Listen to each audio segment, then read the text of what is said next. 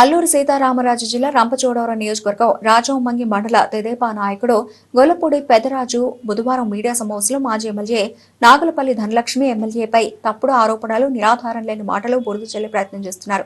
మీ ప్రయత్నాలు మానుకోకపోతే స్థానిక ఎన్నికల్లో ప్రజలే మీకు బుద్ధి చెబుతారు అంటూ మాజీ ఎమ్మెల్యే ధనలక్ష్మిని పెదరాజు హెచ్చరించారు. ఈ కార్యక్రమంలో ముప్పనడి ముఖేశ్రావు, గణచాల తాతారావు, కూటమి నాయకులు, కార్యకర్తలు పాల్గొన్నారు. అల్లూరు సీతారామరాజు జిల్లా రాజవొమ్మంగి మండలం తెలుగుదేశం పార్టీ అధ్యక్షుడిగా నా పేరు గొల్లపూడి పెద్దరాజు మాట్లాడడం జరుగుతుంది. నిన్న సాక్షి ఛానల్కు మాజీ ఎమ్మెల్యే ధనలక్ష్మి గారు తప్పుడు ఆరోపణలు చేయడం వల్ల ఈరోజు తెలుగుదేశం పార్టీ కుటుంబ సభ్యులందరం కలిపి ప్రెస్ మీట్ ఏర్పాటు చేయడం జరిగింది.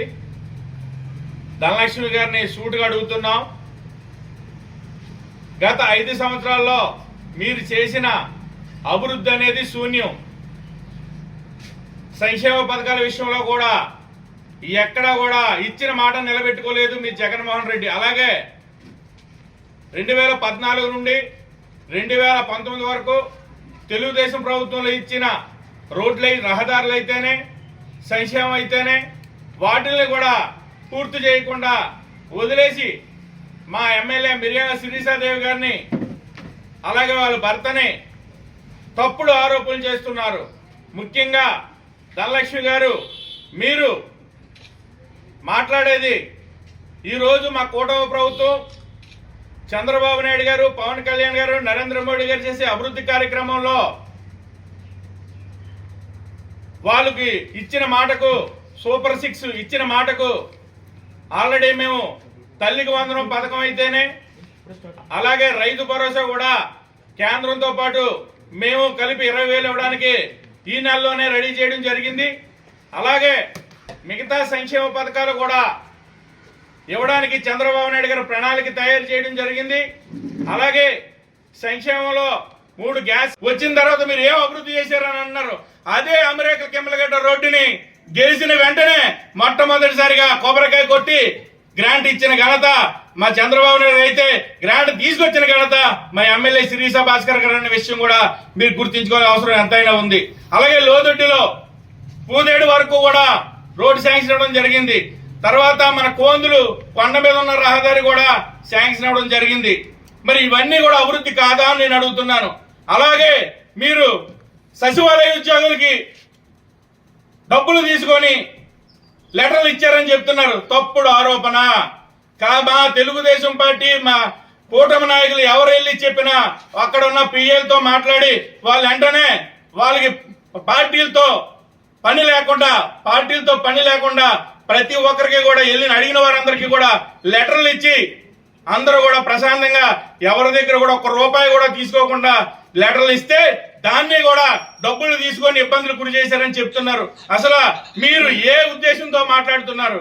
అంటే మీ ప్రభుత్వం, మీ వైసీపీ పార్టీ ఇంకా రాదనా మీ అభిప్రాయం? ఏదో మాట్లాడాలి అని మాట్లాడుతున్నారు. గతంలో మా కుటుంబంలో మేము ఏదో మాట్లాడుకుంటాం, అవి మీకు అవసరం లేదు. మీరు గత 5 సంవత్సరాల్లో మీరు ఏం అభివృద్ధి చేశారు, ఏం సంక్షేమం చేశారనేది చెప్పుకోండి. మీరు ఆ రోజు ఎంతమంది పిల్లలు ఉంటే అంతమందికి ఇస్తామని చెప్పారు. ఏంది తల్లికి వందనం, అమ్మకి ఒడి, ఏం చేశారు? అది అమ్మఒడి ఒకరికే ఇచ్చి కన్నీళ్లు దుడుపుకున్నారు. మరి ఈ రోజు మేము ఇచ్చిన మాటకి ఎంతమంది ఉంటే అంతమంది పిల్లలకి కూడా తల్లికి వందనం ఇచ్చిన ఘనత మా చంద్రబాబు నాయుడు గారిది. అలాగే కొంతమంది వేరే ఇబ్బందులతో ఉండిపోతే అవన్నీ కూడా ఎమ్మెల్యే గారు సరిచేసి మొన్నే ప్రతి ఒక్కరికి కూడా అకౌంట్ లో పడే ఎమ్మెల్యే గారు మీద, అలాగే వాళ్ళ భర్త మీద ఆరోపణలు చేయడానికి ధనలక్ష్మి గారు ప్రతిసారి మాట్లాడడం జరుగుతుంది.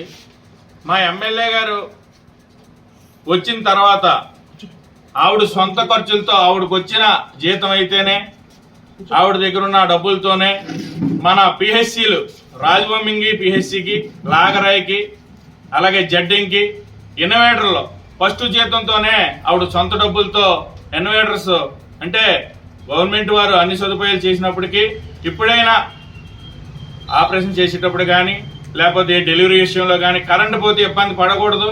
అలాగే ఫ్రిడ్జ్లకి కరెంట్ ఉండాలనే ఉద్దేశంతో మరి సొంత ఖర్చులతో కూడా ఏర్పాటు చేయడం జరిగింది ఇన్నోవేటర్స్. అలాగే సొంత కారుని కూడా మన ఏజెన్సీ ప్రాంత ప్రజలు ఎవరైనా బాగా బడుగు బలహీన వర్గాలు పేదలు ఎవరైతే ఇబ్బందుల గురిలో ఉన్నారో వాళ్ళని కనీసం బాడీ తెచ్చుకోవడానికి అవకాశం లేకపోతే, అంటే ఆల్రెడీ చంద్రబాబు నాయుడు గారు మహాప్రస్థానం ద్వారా అంబులెన్స్ ద్వారా కూడా అవుతుంది. ఒకవేళ ఆ టైంలో అది అందుబాటులో లేకపోతే మన ఎమ్మెల్యే గారి కారు, సొంత కారుని కూడా అంబులెన్స్ గా పెట్టి వారి కుటుంబాలకి ఇంటికి ఆ బాడీని కూడా తరలించడం జరుగుతుంది. ఇలాగే ఇటువంటి అలాగే మొన్న మన ఇలీన మండలంలో కూడా బాగా ఇబ్బంది పడుతున్న రోడ్డు, వాళ్ళు సొంతంగా ఏర్పాటు చేసుకున్న పొలాల్లో కొంతమంది ఇల్లు కట్టుకుంటే వాళ్ళు ఇబ్బంది పడుతున్నారు ఈ వర్షాకాలం అని వాళ్ళకి కూడా గ్రావెల్ రోడ్డు వేసి మరి సేవలు అందించడం జరుగుతుంది. సొంత ఖర్చులతోని కూడా ప్రభుత్వంతో జరిగే కార్యక్రమాలతో పాటు ఆవిడ సొంత ఖర్చులు, సొంత డబ్బులతో కూడా మరి చేయడం జరుగుతుంది. ఇవి అభివృద్ధి సంక్షేమం కాదా? ఆవిడ ఏ విధంగా చేస్తుందో ఒకసారి మీరు చూసి ప్రజల్లోకి వెళ్ళి ప్రజలతో అడిగితే ఆవిడ చేసే కార్యక్రమాలు మీకు తెలుస్తాయని ధనలక్ష్మి గారిని మరొక్కసారి తప్పుడు ఆరోపణలు చేయొద్దని ధనలక్ష్మి గారిని మనస్ఫూర్తిగా డిమాండ్ చేస్తున్నాం, హెచ్చరిస్తున్నాం.